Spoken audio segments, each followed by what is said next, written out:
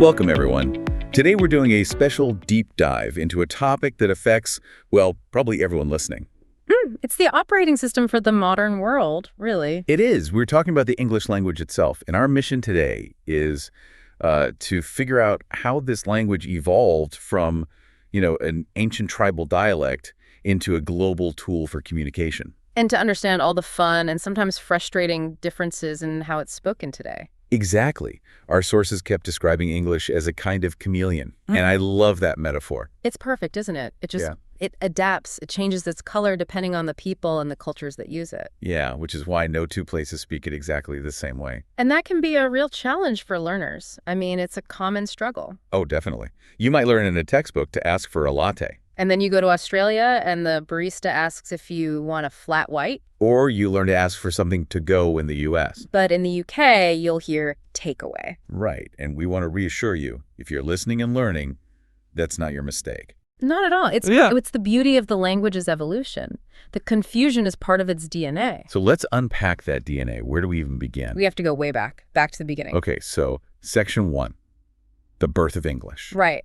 So at its core, English is a West Germanic language. Germanic. So related to modern German and Dutch. Exactly. It started with 3 Germanic tribes who migrated over to Britain around the 5th century. You had the Angles, the Saxons, and the Jutes. And the Angles, is that where the name English comes from? That's the one. They called their new home Englaland, or the land of the Angles, and that became England.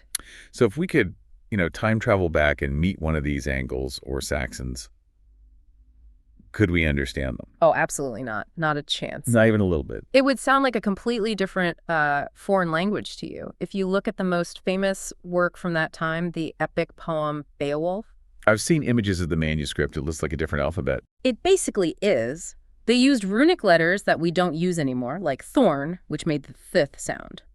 But the alphabet is only the beginning of the problem. Wow. The grammar was the real beast. Old English was what we call an inflected language. Okay, hold on. Inflected.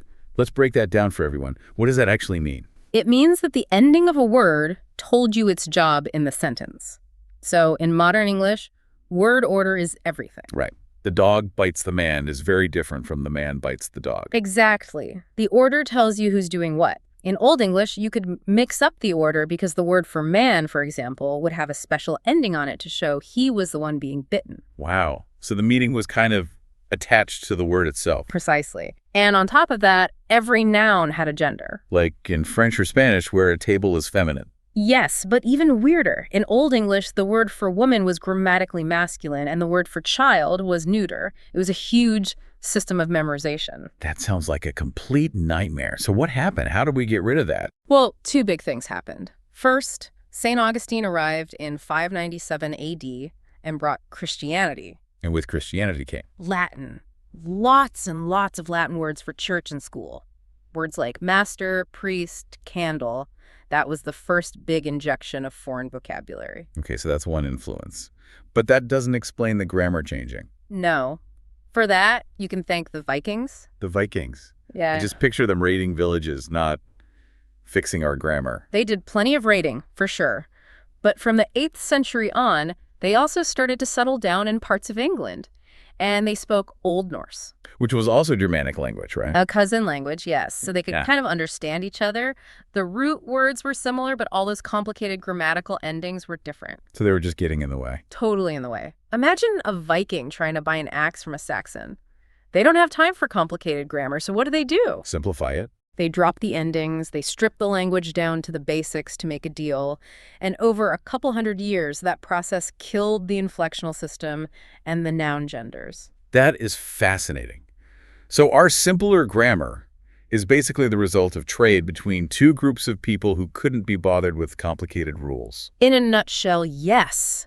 And they gave us so many everyday words like egg, sky, leg, mug, even the pronouns they, them, and their. Wait, they is a Viking word. It is. The Old English version sounded way too similar to the word for he, so it was confusing. Yeah. The Vikings gave us a much clearer replacement. So by the end of this period, English is this Germanic Viking hybrid. But then comes the biggest change of all. The one that really split the language in two. Section 2, the French takeover. And the year is 1066. The Norman Conquest. William the Conqueror invades from Normandy in France, and suddenly everything changes. Everything. For the next 300 years, the entire ruling class, the king, the courts, the government spoke French. And English became the language of, well, the peasants, the common folk. Exactly. This created a language split. You had the rich speaking French and the poor speaking English. And this is where we get that famous pairing of words. Like the animal in the field has an English name, but the meat on the table has a French name. The classic example, the farmer raises the cow or the pig or the sheep, all Old English words. But the nobleman in the castle eats beef, pork, and mutton. All French words. But it went so much deeper than food. English absorbed something like 10,000 French words during this period. 10,000. At least. Mostly to do with law, government, and high culture. Words like justice, parliament, jury, art, fashion. So using a French-derived word started to sound more sophisticated. It absolutely did. And that effect has lasted to this day. If you want to sound more formal, you often reach for the French word. Think about ask versus inquire. Ask is simple, direct. That's the English root. Inquire feels more official, more polite. That's the French one. Yep. Or start versus commence, end versus terminate. We have this incredible two-tiered vocabulary because of 1066. But eventually, English made a comeback. It did. By the 1300s, it started bubbling back up, and a writer named Geoffrey Chaucer was the first to really show off this new, blended language. With the Canterbury Tales. Exactly. If you look at his work, it's recognizable as English. It's difficult, but you can see the language we speak today starting to form. This new version is what we call Middle English. Okay, so the language is a mix of Germanic roots and French vocabulary. But that still doesn't explain the biggest mystery for every single English learner. I think I know what's coming. It's the million-dollar question. Why is the spelling so weird? Ah, yes. The reason why words like bite and beat sound so different, but their spellings have some overlap. Or through, tough, and dough.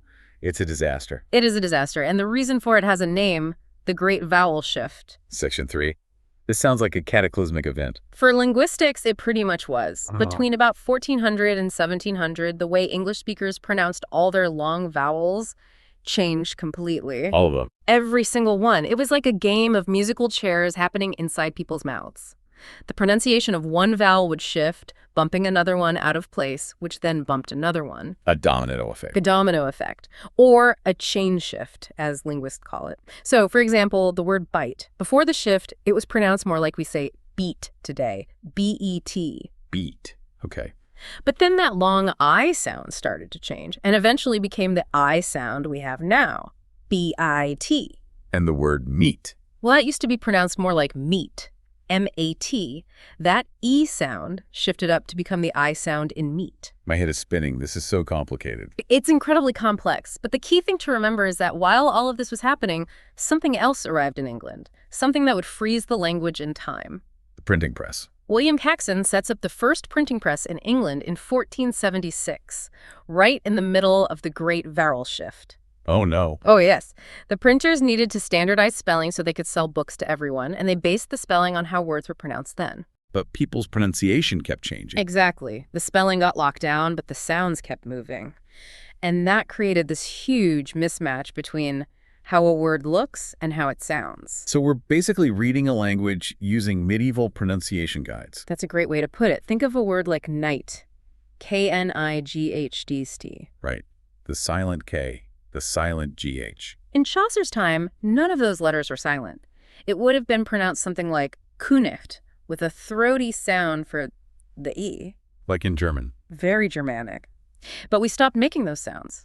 The pronunciation simplified, but the printers kept the old spelling. Those silent letters are like little fossils or tombstones marking a sound that used to be there. That explains so much. It's frustrating, but it's also a kind of a living museum of the language's history. It really is. Every weird spelling tells a story. Okay, so English has survived Vikings and French nobles, and its spelling is a mess. Then it starts to leave the island. It starts to travel the world, which brings us to section 4, world varieties. Let's start with the grandparent. Mm-hmm.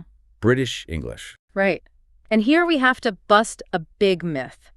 Many people think the posh Queen's English accent is the original one, and that Americans just changed it. I'll admit, I kind of thought that. It's a common idea, But it's actually the other way around. It all comes down to the letter R. Roticity, I think our notes called it. Exactly. Whether you pronounce the R sound at the end of words like car or park, in standard British English, you don't. It's non-rhotic, you say ka. But in most American accents, you do. It's car. We're rhotic. Right. But here's the twist. Back in Shakespeare's day, in the 1600s, English people did pronounce their R's. They were rhotic, just like Americans are today. So what happened? Dropping the R became a fashionable high-class trend in London and southern England much later, in the 18th century. It was a status symbol. And the American colonists had already left by then? They'd already left, so they kept the older way of speaking. In that one specific way, the American accent is actually more conservative or older sounding than the modern British one. Wow. Okay, what about vocabulary? Let's talk about Hollywood's favorite, American English. Well, the split started around 1720, and American English was shaped by waves of immigrants. We have classics like elevator instead of lift, and fries instead of chips. And my favorite example from the notes was the word fall for the season. Ah, yes. Another case of Americans keeping an old word. British people say autumn now, which comes from French. Right. But back in the 1600s, fall of the leaf, or just fall, was very common in England. The settlers took it to America, and it stuck. The British later dropped it in favor of autumn, but fall isn't an American invention.